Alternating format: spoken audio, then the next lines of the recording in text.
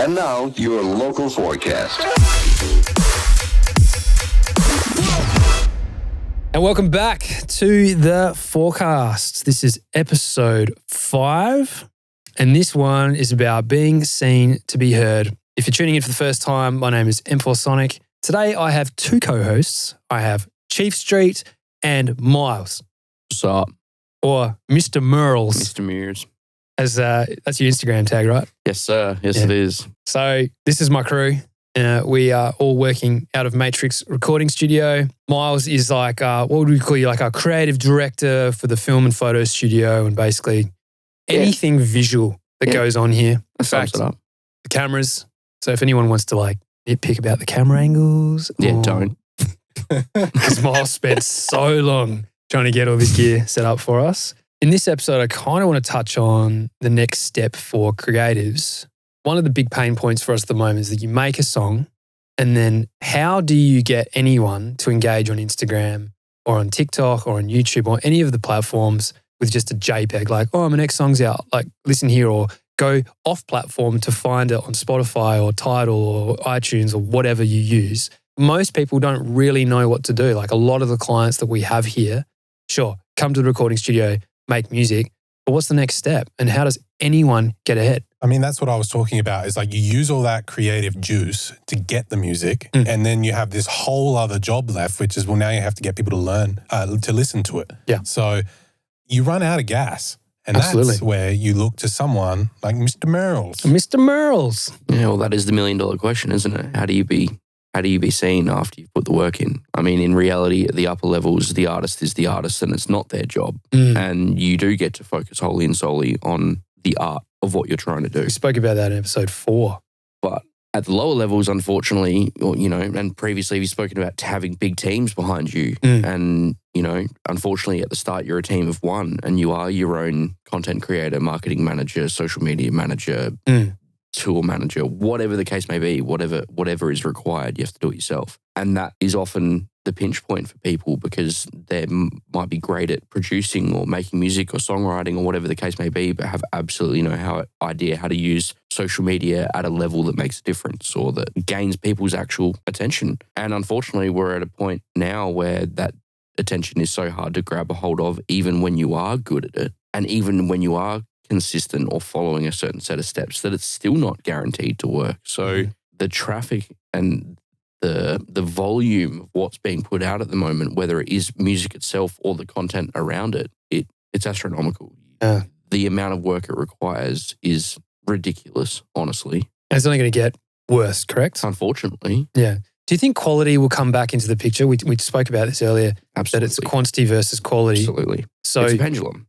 I look at everything as a pendulum. This pendulum swing has come from the ability to stream music online. It's still a relatively new thing, having every album ever at your fingertips. In 10 years' time, it's just going to be a normal thing. I mean, it already is a normal thing now, but it's going to be so far normal that it's like, why are we making, something like 100,000 songs are added to Spotify each week? A day? Or is it a day now? A day. Or something along those lines. Oh, no, it's ridiculous. Surely a day. Probably. 100,000 songs a day. That's 3 million songs a month you're competing against just on one platform. When I got my first into the music industry, to the music scene, it was all visual. So for those of you that don't know me, back in 2013, I made a viral YouTube video called Weapon, playing on a launch pad in real time. There was nothing fake about it to this day. Like I could whip one out right now and do it. Like, it was real. But it had never been done before in the way that I was doing it. And that was the interesting thing. That was the gimmick. But it was 2 hands, top-down bird's eye view of a launch pad of me playing. And there was mistakes and all. It was very human. For 4 minutes. In fact, it was probably too long, especially in today's standards, like 4.5 minutes on YouTube. Oh. I remember that video though, and because it was a new thing, it was so engaging that it didn't feel like a long video in comparison to what we deal with now. Because I watched it back recently. I was like, oh, it's dragging on. so thank you. The interesting thing about those types of videos is that it took me 3 or 4 months to even build that project and rehearse it to the point where I was confident enough to even try and get a camera. I had no idea, by the way, what I was doing. I was recording on my old man's camera. I think I was able to output a video every 3 to 4 months. Each time I was trying to step up the game each time. So I went from 1 launch pad to 2 launch pads. And at one point I had 4 launch pads. Like it was getting nuts. The problem was all my eggs were in one basket. When I got my first club show, they're like, cool, we need a press shot. We need to put your face on a poster. Not that anyone cares, because nobody knew who I was. Looking back on what I did and how I got to where I was, it was just basically everybody was just jumping in on the momentum that I'd already established as a one-man operator. And like I didn't have a logo. I didn't have any brand identity. I didn't have a press kit. I didn't have really any other approach to what I was doing as a musician other than playing on a launch pad. The record label wanted, album deals. The publisher wanted albums. The clubs wanted Beatport number ones. It's like, I don't even live on Beatport. I live on YouTube. That is it. Then the YouTube algorithm started changing. Everything started like getting gated and limited because money. And I really feel for anybody starting out right now, which is why it's really interesting to have you with us today. Your job effectively, from what I've witnessed and why I'm so pumped you're part of the team, is to help artists with their visual representation, with the visual medium. Take a lot of photos, a lot of video, you do lots of branding. You've done everything from like websites, logo, like anything that encompasses and helps, express the artist's vision. You help with that, correct? Yeah, pretty much. I guess I don't pertain to be an expert at anything that I do, but he's pretty good. He's pretty, mate, you're talking yourself down. I've done a variety of things all within the visual space over the last over a decade. One-man band, I guess you can say. I have the ability to sort of do anything required to a point. Can you give the elevator pitch to someone as to what the next step once you've got a song? What are the real go-tos right now to be seen? Swallowing a little bit of my own advice here, really, because it's just give up being a perfectionist. Nice. Thank you. Give up. Like, you need to listen to that. Yeah. Especially if you just put perfection in the context of it is completely subjective anyway, so get out your own fucking way. Nice. And, my opinion is if you were willing to put the time into making that thing, doing that thing, researching that thing, whatever it is, why put that time in to then let it just dissipate on a hard drive and never be seen by anyone? I told you what I'm doing with my music, didn't I? I think so. I'm releasing 3 albums of work in progress. Good. Because it's at the point where it's like, okay, this song was at this level of technical ability, which was rejected by a label, but may have been absolutely embraced by a follower. I guess I take a lot of inspiration from the DJ community versus the typical artist community because they treat things completely differently. Interesting. A DJ will trial and error a song for 3 months in the clubs before they release it. They've got the crowd reaction. They know how people feel about it. They've assessed it for themselves rather than just, it's not done yet. It's not done yet. It's not done. Like, obviously not everyone does that. And it's a confidence thing to do that. And especially if you it's also a privilege to do that. A privilege to be in the position where you can break tracks in a set and not rinse a dance floor. Once again, going back to the pendulum thing, we're at the volume, the point of time, we're at the quantity, not quality. Okay, so what kind of content are you thinking though needs to be seen in 2023? As an artist? Like if you were to say to someone that just walked in off the street, they've said, I've recorded all this music and we listened to it like, this is fantastic. The process. No one cares about the final product. They want to see the process. Nice. It's a good one because I've got clients who often ask that question and we spoke about it in the last episode. It's like, we help facilitate it, but at the end of the day, there's only so much that we can do from that point on and it's kind of up to them. 100%. I used to watch Dead Mouse's live stream. I haven't in ages. And it wasn't even on his channel. I think someone was taking screen recordings from his Twitch or something and putting it on YouTube. A monster studio. I'm like, why am I not doing that? I have all this gear and there's this weird imposter syndrome where I'm like, but what if someone listens and thinks that I'm really bad? Like, nah, I should totally set it up. I should totally have the live stream. I streamed a few times on Twitch without telling anyone or whatever.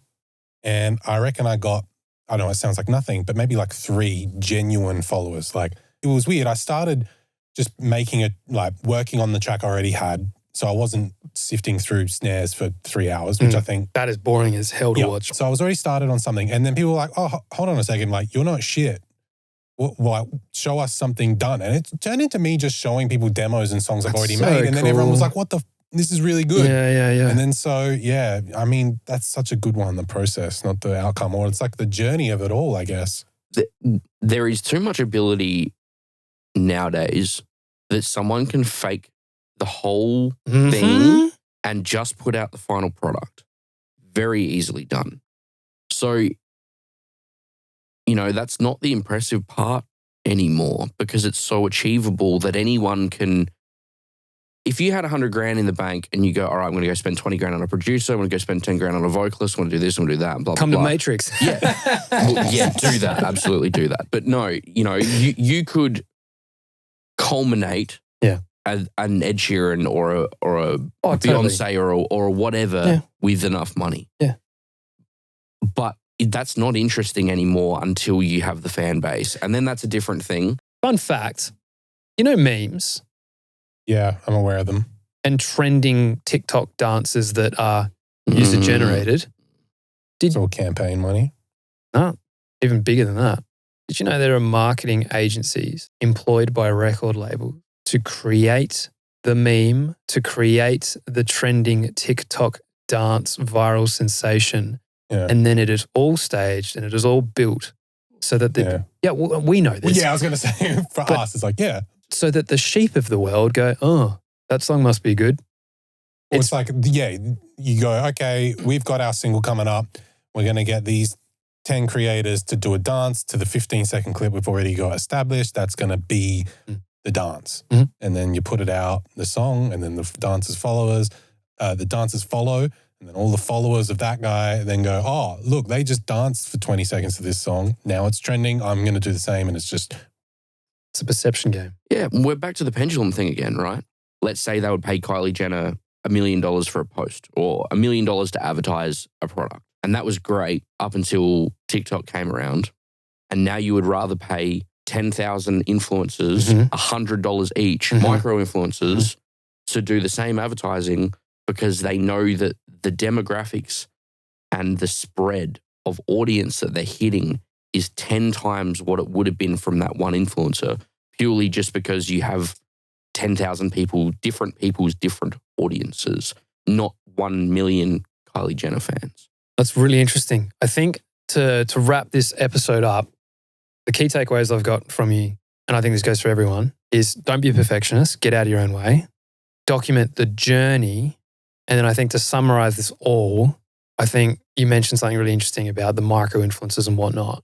If we were to try not to appeal to a mass audience and just had 100 super fans, it is achievable. Absolutely. With all the tools that we have and all the platforms. If we had 100 fans and we could grow that number over a year or two to 1,000 people, 1,000 super fans that bought tickets to shows, that bought merchandise, that listened to your music on streaming platforms and engaged and whatever, you can make a living from this. Absolutely. It takes 1,000 people, but start with 100.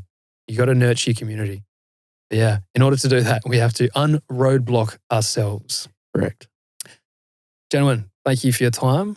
If you guys want to follow these two guys, follow Chief Street at Chief Street, and yours is Mr. Merles. That's the one. MERLS. That's correct. Yeah. And then you can follow me at M4Sonic.